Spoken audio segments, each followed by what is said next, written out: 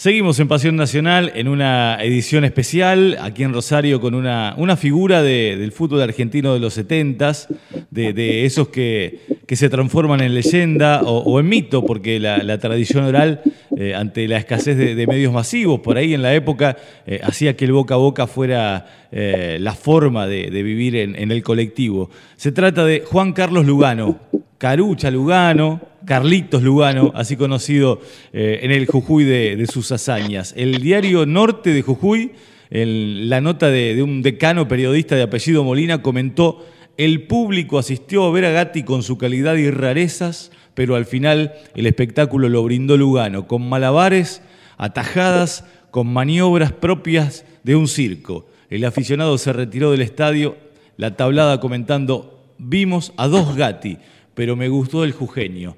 Juan Carlos, mi nombre es Alejandro Mangiaterra, con Facu Rivera, los saludamos aquí en Rosario. ¿Cómo le va? Alejandro y Facu, bien, estoy contento a esta altura en mi vida. Yo trato de que en cada nota se pueda dejar algo, porque creo que esa es la misión nuestra. Hemos venido, en principio, a ser, no a tener. El tener hay que dejarlo en segundo lugar. Y el principal principio es el de tratar de dejar algo. Nuestra vida es una historia, un camino, un legado. Bueno, y eso he tratado, o Dios me ha utilizado a mí para ir dejando un montón de cosas en mi camino. Así que ando bien, y a esta altura de mi vida, que ya no soy un adolescente, estoy tratando aún de tratar de seguir dejando algo. Siempre se puede dejar algo, Alejandro. Un abrazo, una sonrisa, una idea, para que los que vienen atrás traten de tener menos problemas que los que nosotros tuvimos en un momento. Bueno, le leí esta reseña más para nosotros o para el oyente que para usted, porque imagino que tendrá presente todo el tiempo esto de su vida deportiva, pero no sé, yo nací a finales del 82, Facu, mi compañero, es muchísimo más chico.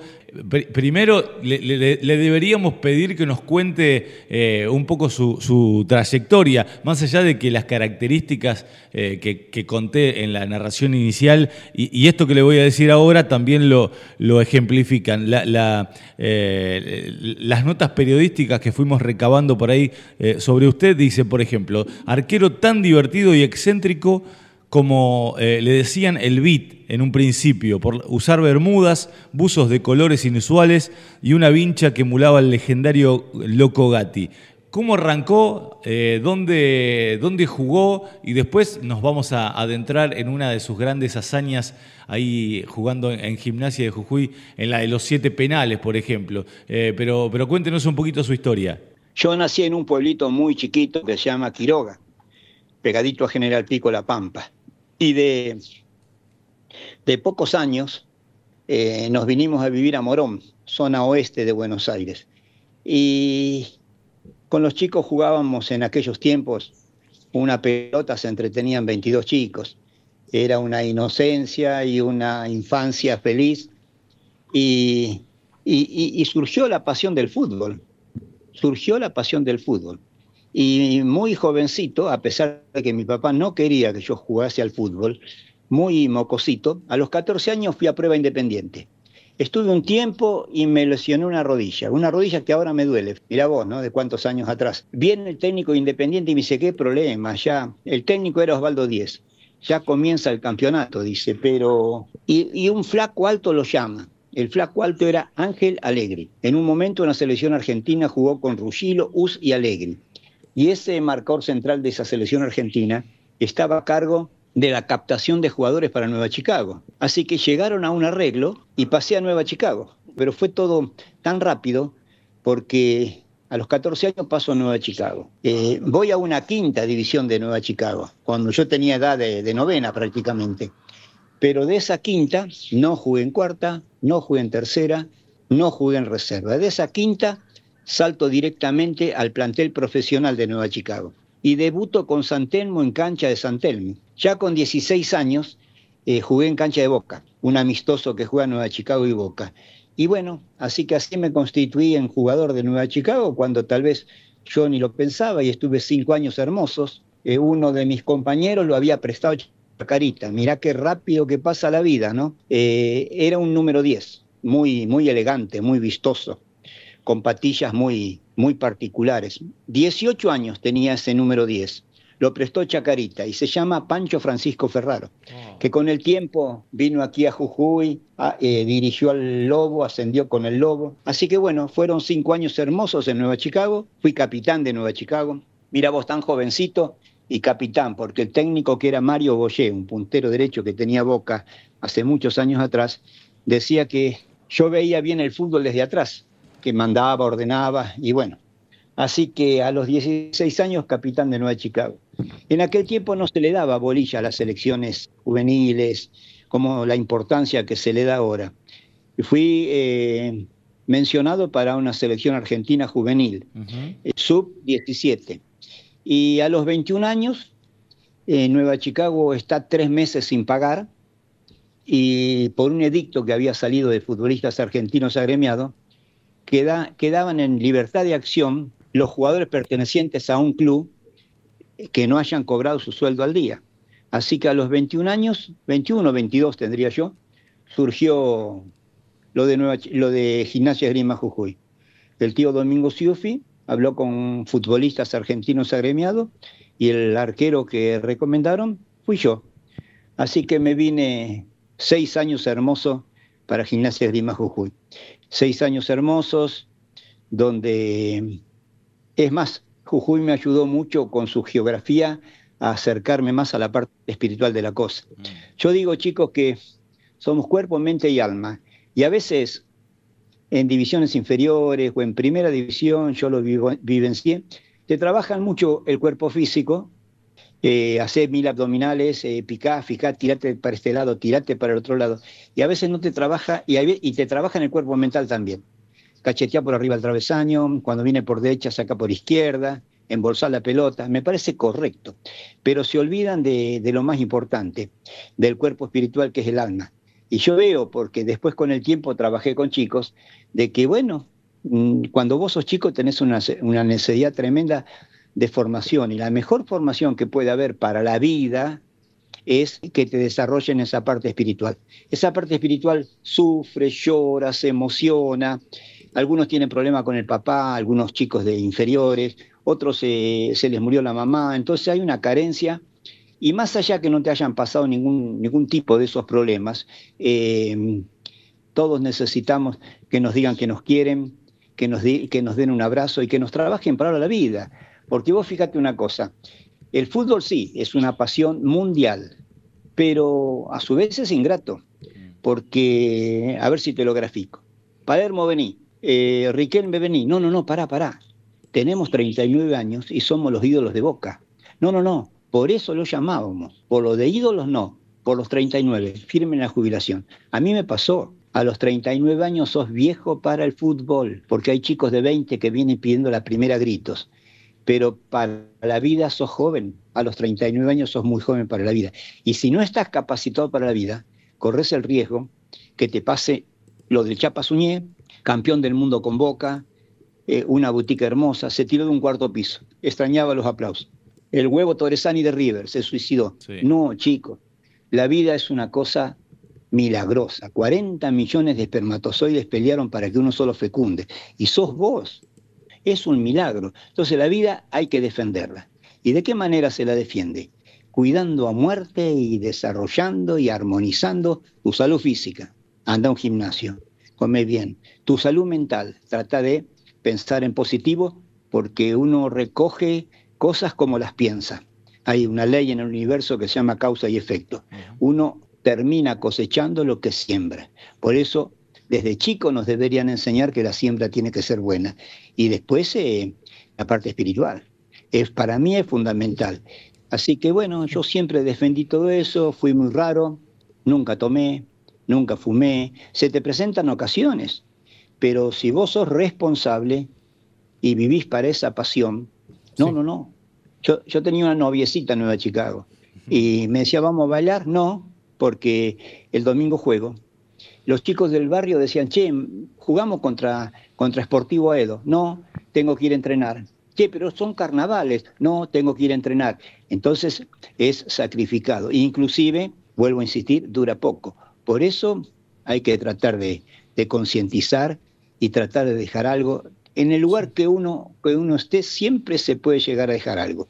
Así que bueno, estuve en Gimnasia Esgrima Jujuy 6 años prácticamente, y no sé, la inquietud de un chiquito que a los 13 agarraba la mochila al Morón y me iba a ver cómo había forestado la villa Carlos Gesell, me agarró porque siempre yo me tendría que haber quedado en Nueva Chicago, si era un mocoso, y un montón de equipos me querían, entre ellos River también, y no, me vine para Jujuy. Cuando mejorando en Jujuy, me habla la gente de Oriente Petrolero, que tenían interés de llegar a la Copa Libertadores de América. ¿Qué hice? Recién casado, ¿no? Yo 28 y Andrea 22, si no me equivoco.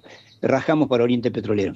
Y bueno, en Gimnasia Esgrima Jujuy tuve 2 tardes hermosas, porque después de haber jugado un regional que se jugaba por muchas provincias de la Argentina para llegar a tener 2 finalistas, llegan 2 finalistas. Esos 2 finalistas de ese famoso regional que se daba, el ganador de esas 2 finales iba al Nacional. Así que bueno, quedan 2 equipos que se tenían bronca futbolísticamente hablando. Gimnasia Grima Jujuy y Juventud Antoñana de Salta, con grandísimos jugadores, ¿no? Vamos a Salta, Dios me tocó con una varita mágica porque atajo 3 penales. Y después venimos acá a San Salvador de Jujuy, era el partido final. El que ganaba, creo que a la próxima semana ya iba al Nacional Mayor del fútbol argentino. Jugaba en Cancha Boca. Así que venimos acá y atajo 4 penales. Atajé 7 penales en 2 partidos. Y el lunes me llaman y me dicen, Lugano, tenés que venir a la gobernación. Uy, digo, che, ¿me habré mandado alguna macana? No, me llama el gobernador. El gobernador era Carlos Enope y me dice que habían preparado todo, más allá de la efervescencia futbolística de una provincia, así que me nombraron gobernador de la provincia por un día. Así que ustedes no se hagan los pícaros, están hablando con un ex gobernador, ¿no? Y Carlos, bueno, acá con Alejandro también, bueno, queríamos más que nada preguntarte cómo era ver el fútbol en tu época, ¿no? Porque, bueno, imagino te iba a preguntar referentes en tu puesto cuando eras joven, pero bueno, era distinto antes ver el fútbol, no había televisión, me imagino, habrás crecido viéndolos en la cancha, ¿no? A los que eran tus ídolos. Sí, a mí me gustaba mucho, que creo yo que ha sido el mejor arquero del planeta Tierra en su historia, ¿no? A mí me gustaba mucho Amadeo Carrizo. A pesar de tener una simpatía cuando era chiquito, en casa hinchaban con Boca, ¿viste? Amadeo jugaba en River. Amadeo, Raúl Carrizo, Ramón Echegaray, Sainz, Capo, Onega, Pando, Artimes, Delem y Roberto. Banco suplente para un chico de 16 años. Oscar Pinino más con el número 22. Y mi pasión era verlo a este hombre. 1,99 m. Él dijo varias cosas que las deberíamos utilizar en la vida. El ser humano inteligente soluciona los problemas antes que se le produzcan. Todos los arqueros del fútbol argentino jugaban abajo del travesaño. El travesaño le hacía sombra. Claro. Musi Messi, Marrapodi, arqueros que había en aquellos tiempos, ¿no? Anterior a mí, ¿no? Él no. Él jugaba 3, 4 pasitos adelantado. Y eso se llama achicar biceptrices. El arquero no puede estar clavado abajo del travesaño. Porque vos imaginate una cosa, el arco mide 7,32 por 2,44 de alto. Si vos te quedás bajo el travesaño, siempre te va a medir 7,32 por 2,44 de alto. Ahora, si vos jugás 3 pasitos adelantado, o tenés la suficiente velocidad física y mental, que en el momento que vos entrás al área y vas a patear, yo estoy encima tuyo, achiqué las 4 biceptrices y estoy encima de la pelota y la pelota me queda en el pecho. Eso después, posteriormente, lo hacía muy bien el Loco Gatti con la de Dios. Él estaba encima tuyo, ¿no? Así que Amadeo Carrizo ha sido uno de los modelos que yo he tomado como manera, ¿viste? Y en aquel tiempo yo también, hasta la vida, he tratado de tomarla con una cierta diversión porque pasa tan rápido. Chicos, ustedes dos ayer estaban en el primario. Ayer estaban en el secundario, ahora son periodistas, están trabajando en Radio Nacional, están haciendo una nota a 2.000 kilómetros de distancia, pasa todo muy rápido. Por eso a la vida también hay que darle un sentido primero, sufrir es una pérdida de tiempo. Y segundo, hay que tomarla con cierta alegría. La alegría, vuelvo a insistir, de ser el único espermatozoide que, que ha triunfado en la pelea. Estamos hablando Sí. con Juan Carlos Lugano, uno de los arqueros más representativos de los 70, una leyenda en Jujuy.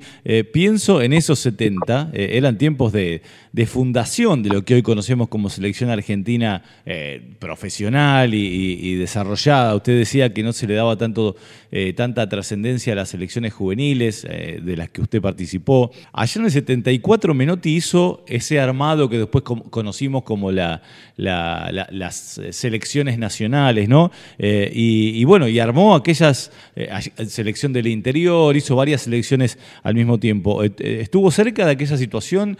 ¿Tuvo vínculo con Menotti? Solamente de enfrentar un par de partidos al Huracán del 73. Acá Huracán del 73 apareció a jugar contra nosotros con Houseman de 7, Brindisi, Abalay de 9, Babington de 10 y La Rosa de 11. Una delantera que la descosía. Acá en Jujuy dirigió César Luis Menotti, dirigió al Huracán del 73, que tuvo tanto éxito en cambiar el fútbol y darle la esencia que siempre había tenido y que nunca debería haber perdido, que en el 74 fue llamado a hacer planteles de selección. Hizo una selección del interior y después hizo la selección.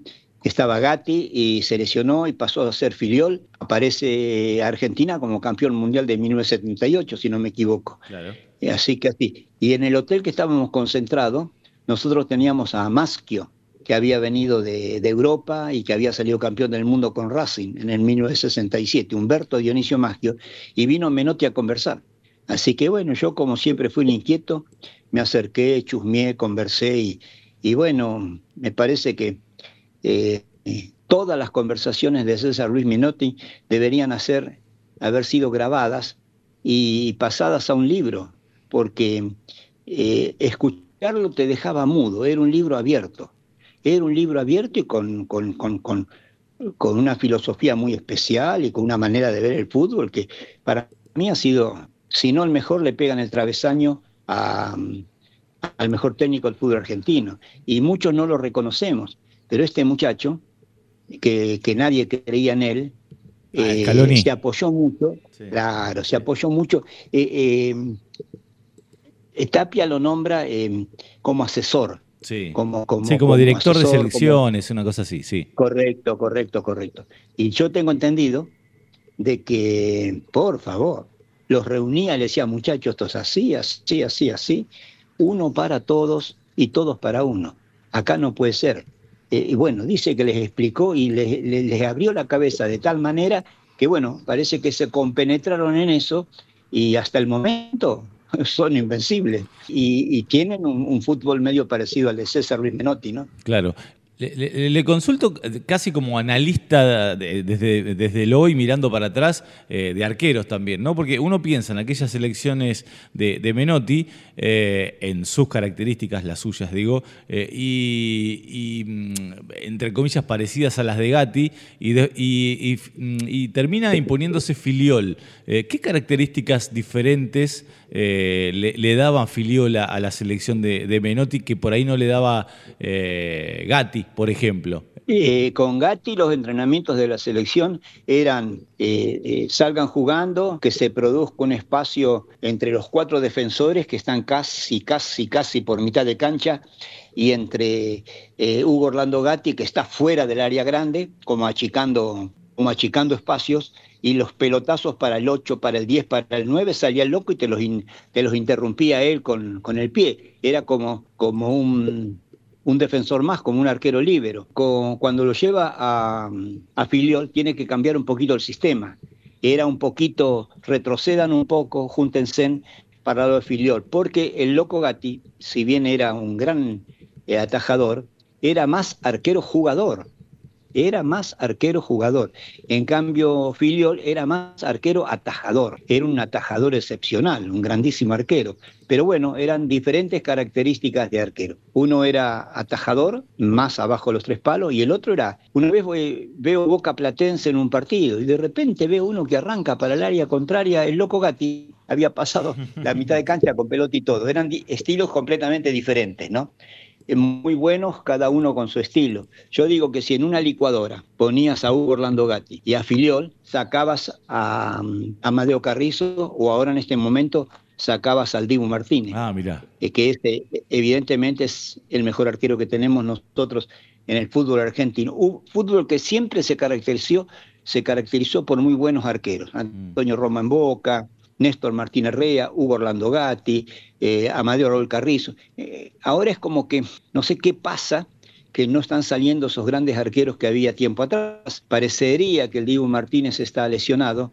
¿A quién ponemos de suplente? ¿A quién? Y andamos dando vueltas. No, Armani renunció. No, Rulli comandará.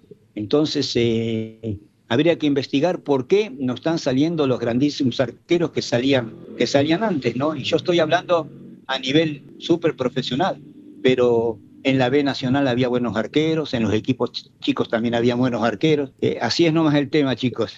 En aquel tiempo jugó Copa Libertadores, lo jugó con Oriente Petrolero. Sí. Eran tiempos también de la mística copera, donde se estaba gestando la mística copera que hoy conocemos. Incluso por ahí imaginamos a la distancia que era mucho más difícil jugar esas Copas Libertadores que jugarla hoy, porque, no sé, el contexto por ahí estaba menos cuidado para los futbolistas, el acceso de la gente. Sí, completamente de acuerdo, inclusive la integridad de los jugadores, porque eran partidos a muerte, era otra cosa. Acordate que Estudiantes de La Plata, cuando pelea la Copa de América, hubo pero batallas campales dentro de un campo de juego.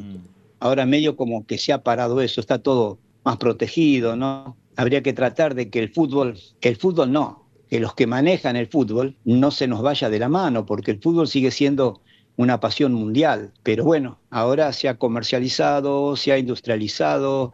A eso habría que darle un estate quieto, que esto es una pasión, la vamos a tratar de que cumpla una función social y volver a las raíces de aquel fútbol, ¿no? La macana es que cuando, hasta la mismísima vida de uno, cuando se nos mete el dios dinero y la política dentro del fútbol, es muy difícil manejar, porque económicamente es uno de los grandes negocios del mundo. Pero, chicos, nunca se puede dejar principios, funciones, la vida misma por la plata, porque al fin, no sé si yo me explico, por más plata que vos tenés, si no cumpliste una función, si no fuiste feliz, entonces hay que tratar de volver que el fútbol sea feliz. La plata va a estar siempre, en menor, en mayor proporción, va a estar siempre. Ahora es media desmesurada, ¿no? Claro. Porque hay grandes sueldos, pero bueno, así es nomás con este tema. Si vos sos inteligente, los que dirigen el fútbol, y principalmente los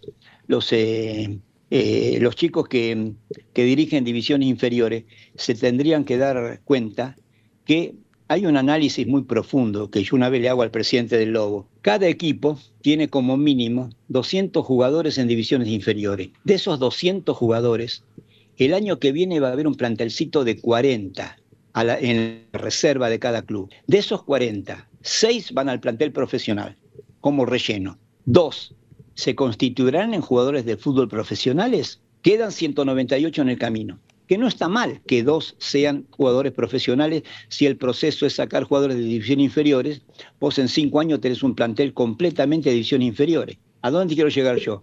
Quedan 198 en el camino. Por año en el camino. Claro. Pero 198 de todos los equipos de una provincia, de todos los equipos de Buenos Aires, de todos los equipos del país, de todos los equipos de todos los países del mundo. Miles y miles y miles de chicos apuestan a ser jugadores de primera división y son muy pocos los que llegan. Y a los que llegan, si vos no lo ubicás bien para la vida, se sienten frustrados porque se empucha. Para la vida soy un pendejo de 39 años y para el fútbol soy un viejo. Entonces, síntesis, según criterio mío, más allá de jugar en primera división, no te olvides que la vida es lo más importante. Y si te jubilan a los 39 años, y vos tenés 60 años más para vivir, hermano. Entonces, desde ese punto de vista, yo creo que, inclusive después con el tiempo, cuando volví a Jujuy, enfoqué una escuelita de fútbol para ese lado, ¿no? Así que me fui a Oriente Petrolero, estuve 1 año y medio, compañeros maravillosos. Me acuerdo que en un principio no me aceptaban mucho, porque yo llegaba, a tratar de sacarle el puesto al arquero titular que tenían ellos, ¿no? Y estacionaban Audis, Mercedes-Benz, y no me daban bolilla. Y fanático de Oriente Petrolero era Banzer. el que era presidente de la República en ese momento. Y bueno, y ahí tenía un lugar reservado, no se lo podía tocar eso, con flores, con todo. Y donde vivíamos nosotros, en el barrio Petrolero Sur, había un burrito, buenito el burrito, hermoso, ¿no? Yo le daba de comer, tomaba agua, y dije, no, esta es la mía. Así que agarré el burrito, me puse los buzos de Oriente Petrolero, verde, con el escudo amarillo, eso, subí al burrito y llegué a la concentración de Oriente Petrolero con el burro. Y se lo até en el lugar del presidente. ¡Qué lío que se armó, hermano, con eso! Hasta que se enteraron que el del burro era yo. Y a partir de ese momento, yo estoy en contacto con los muchachos de Oriente Petrolero, algunos compañeros que jugaron conmigo, 4, 5, y bueno, nos acordamos siempre del burro.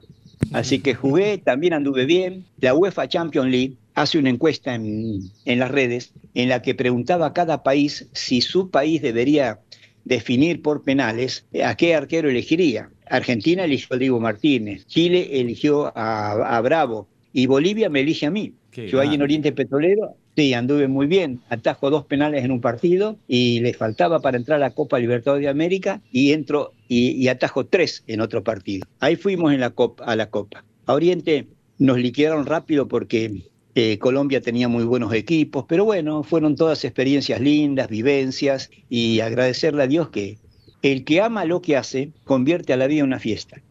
El que trabaja a disgusto es un desocupado, chicos, aunque trabaje 24 horas por día. Por eso hay que tratar de amar lo que uno hace para convertir a la vida en una fiesta. Totalmente, Carlos. No, quería consultarte porque, bueno, hablaste mucho y que fue tal vez una fija, ¿no? En tu carrera, el tema de los penales, momentos importantes de tu carrera. Bueno, que, si tenías alguna técnica para los penales, y quería preguntarte porque, bueno, pasaron 50, 40 años, pero da la sensación de que por más tecnología que haya en el fútbol, por más que se conozcan ahora más los pateadores, los arqueros, parece que el hecho de patear un penal es algo que no pasa el tiempo, ¿no? Los secretos son casi siempre los mismos, ¿no? Sí. Hay una lógica, empezá a observarla en televisión. Depende del momento psicológico, porque si tu equipo va ganando 6-0, te viene el otro, te patea el penal de manera displicente. Pero si el momento psicológico dice que tenés que asegurar el penal, generalmente, no siempre, pero generalmente la lógica es que el derecho te la clave en tu palo derecho y el izquierdo te la clave en tu palo izquierdo. A este fenómeno, que es el Dibu, Mbappé en la final le patea 3 penales con pierna derecha al palo derecho. El Dibu ahí hizo la ilógica, después atajó un montón, ¿viste? Y la mejor jugada que he visto en mi vida fue sobre el final, cuando Argentina sale campeón del mundo y él estira la pierna y tapa eso. Lo que yo te quiero decir, de que yo me manejaba mucho con esa lógica. Esa me la enseñó Humberto Maggio años atrás. Y yo la apliqué mucho. Y después, en el momento en que el pie va a apoyar a la pelota y le va a pegar a la pelota, ahí te marca una especie de perfil. Para eso tenés que estar súper entrenado, ¿viste? Tenés que hacer un pique con tus piernas y ya tenés que estar volando para el palo derecho o para el palo izquierdo. Bueno, ahí me cansé de atajar penales. Chilaver rompe un poco el modelo, porque Chilaver te los pateaba fuertísimo. Qué sé yo, si te agarraba esos bombazos que te metía ese bestia, te metía con pelota y todo. A pesar que lo han tecnificado, que vienen saltando despacito y eso, se sigue dando la lógica como vos decís. El derecho a tu derecha y el izquierdo a tu izquierda. Exactamente. Que los cruzan. Carlos, y bueno, quería preguntarte 2 en una. La primera, si te costó de alguna manera dejar el fútbol, el retiro, por todas estas cosas que nombrás. Y después quería preguntarte, porque bueno, después hay una parte, tal vez la más importante de tu vida, ¿no? Que es lo que viene después de retiro, que es la escuelita de fútbol en Jujuy. Y bueno, un proyecto, casi otro proyecto de vida. Quería preguntarte un poco por eso. Sí. En realidad, no sentí mucho el cambio. ¿Sabes por qué? Porque justo en esos momentos yo estaba recontra enamorado. Yo tendría 33 años, 34, y estaba enamorado de Andrea, de mi señora, y ella estaba embarazada. Previamente para eso, después juego en Costa Rica también, otro año y medio con muy buenos contratos. Y me llama mi tía del campo y me dice, Carlito, ¿cuánta plata tenés? Y le digo, tía, tengo un toco de dólares atado con hilos y sal. Venite para el pueblo, dice, y comprate unos cuantos departamentos. Yo agarré la plata que tenía atada con hilos y sal y la metí abajo del asiento del 504. Yo tenía un 504 francés, gris clarito, que si vos me buscás en Facebook, ahí también está la historia, ¿no? Y decidí hacer un viaje. Así que por unos cuantos meses me perdí por por unos cuantos países de América. Al regresar, en Arequipa me roban los últimos $3.000. Veníamos de Machu Picchu para Arequipa y de Arequipa yo quería venir para acá. Así que bueno, me roban los últimos $3.000 y los pasaportes. Voy a la PIT, Policía Internacional Peruana, hago la denuncia, todo. Aparecen los pasaportes, la plata no. Avanzamos vendiendo ropa y llego a un pueblito de San Juan. Y esa noche no sé qué me pasó, pero vuelta Dios me volvió a ayudar. Me puse a rezar un Padre Nuestro, no sé hasta qué hora. Y al otro día me dicen, chico, ese 504 que ustedes dejaron estacionado allá, es de ustedes, todo escrito, vayan a ver. Ay, ¿para qué, chicos? Me lo había agarrado el terremoto Caucete, 22 de noviembre del año 1977. 3 meses después llego a Morón, me estaba esperando mi mamá y mi papá. Mi mamá dejó el envase en la tierra y el alma se fue para allá arriba. Un lío tremendo. Yo hacía 7 años que faltaba de Jujuy, por todos los lugares que anduvo. Y mi papá me dijo, andate a Jujuy. No, Enrique, le digo, hace 7 años que falta. Yo en medio como que había interpretado que mi papá me había dicho, andate de acá, con una nena recién nacida. Así que bueno, decidí venir en muy malas condiciones porque yo andaba mal mentalmente, físicamente y en el bolsillo no tenía un sope. Así que nos vinimos y corrimos la coneja unos cuantos días sin comer y volví a salir. Desde ese tiempo, desde los 36 años, a los 35 dejo definitivamente, desde los 36 años que estoy trabajando con compañías aseguradoras. A los 2 años y medio vuelvo a mi casa y mi papá me dice, sentate ahí.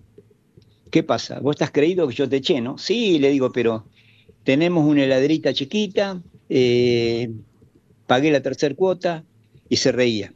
¿De dónde somos? Del campo nacimos, le digo. Los pájaros cuando deben volar, tienen que volar. Vos dices, ¿te pensás que para mí fue fácil? Dice, se me murió mi compañera. Mi único hijo se me va a Jujuy, a 2.000 kilómetros de acá. Mi única nietita se va para allá. Me dice, yo no te eché, estás completamente equivocado si pensás eso. Yo te capacité. Me lo repitió varias veces con lágrimas en los ojos, ¿no? Yo conocí presidentes de Costa Rica, los Banzer, anduve con unos cuantos presidentes por unos cuantos países. Y yo puedo discernir. Y ciego me quedo con mi papá. A mí me enseñó a vivir y a hacerle frente a la vida y a darse cuenta que todos los días podés volver a empezar, una persona que no sabía leer ni escribir como mi papá. Así que así fue. Vine a Jujuy y al poco tiempo digo, pucha, tengo que hacer algo, che. Y se inventó la escuelita de fútbol. Y creo firmemente que Dios me utilizó, porque todo Jujuy dice que eso nunca fue una escuela de fútbol, que siempre fue una escuela de vida. Le han dado muchos reconocimientos, Santa Clara de Asís, San Francisco de Asís, Ciudadano Ilustre, y todo porque sin darme cuenta tal vez o dándome cuenta, lo que más se trabajó a esos 3.540 chiquitos que pasaron por la escuelita de fútbol fue la parte espiritual. Pegale con derecha, pegale con izquierda, arquero, tirate para el otro lado, pero después ganamos, perdimos, igual nos divertimos, cantaban los chicos, se abrazaban, todos nosotros necesitamos abrazo, cariño, amor, eso lo hemos dejado mucho de lado. Un poquito menos de redes sociales y un poco más de abrazo. No, la última pregunta iba por ese lado, porque usted habla de la escuela de fútbol, que es mucho más que una escuela de fútbol, y introdujo las redes sociales en su última respuesta, y casi como para cerrar la charlita quería preguntarle cómo es hoy generar la idea a chicos jóvenes que no son los chicos que usted fue, por ejemplo, de que todos estos valores son los importantes, los trascendentes y los que deberían tomar como lanza. Lo deberíamos trabajar a partir de los 6 años. A partir de los 6 años, inclusive hasta en los colegios primarios debería haber una materia, si vos le querés decir, que se llame amor, que es la energía más grande que existe en el universo. El amor derrite todo, chicos. El amor derrite todo. si no se llame amor, no sé, acompañamiento espiritual del chico y hacerle ver que esto es así, que se puede sufrir, se puede llorar, pero que todos los días se puede volver a empezar y que bueno, que somos cuerpo, mente y alma, y que se puede trabajar sobre ese lado, sobre los valores espirituales que están tan pero tan olvidados. Fíjense en lo que yo a veces reflexiono. Si todos nosotros fuéramos un poquitito mejor persona, 5 centímetros cada uno de mejor persona, o sea, acercarse a la parte espiritual 5 centímetros, mañana cambiaríamos el planeta, porque habría 8.000 millones de mejores personas. No mataríamos a esas 3 chicas, no robaríamos a Loa, no violaríamos, no estafaríamos, no mentiríamos y nos acercaríamos a esa energía tan poderosa y que está pidiendo a grito que llenemos el planeta de amor. Yo creo que por ahí debe empezar el cambio. El primer ente humanizador, educativo, es papá y mamá y la familia. A veces no son porque no lo quieran ser, sino porque no están capacitados para hacerlo. En consecuencia, jardín de infante, primaria, secundaria, diferentes áreas de gobierno, tendrían que empezar a los chicos a llenarlo de valores, de educación, de cultura, de amor, de papá y mamá, que a veces estamos ausentes, de Dios, cualquiera sea la idea que se tenga, y de mucho deporte. Y de esa manera, esos chiquitos ya cuando son adolescentes van a estar llenos y no van a tomar esas determinaciones hasta de quitarse la vida que hoy en día se toman los chicos. No van a tomar, no van a fumar, no se van a drogar y van a andar por el verdadero camino de la vida, que es buscando la realización personal y el crecimiento espiritual. Juan Carlos, con esos valores le agradecemos muchísimo este tiempo, esta charlita y por supuesto que si anda por acá o si vamos por allá, nos vamos a juntar para conocernos en persona. Un abrazo. Que sigan muy, pero muy bien, chicos, y cuando ustedes necesiten hablar de algún tema, alguna otra nota, que se pueda tratar de dejar algo para lo que escuchan los de ustedes, por ahí debe ser la cosa, ¿no? La vida de nosotros es una historia, es un legado, y hay que tratar de dejar algo para los que vienen atrás nuestro.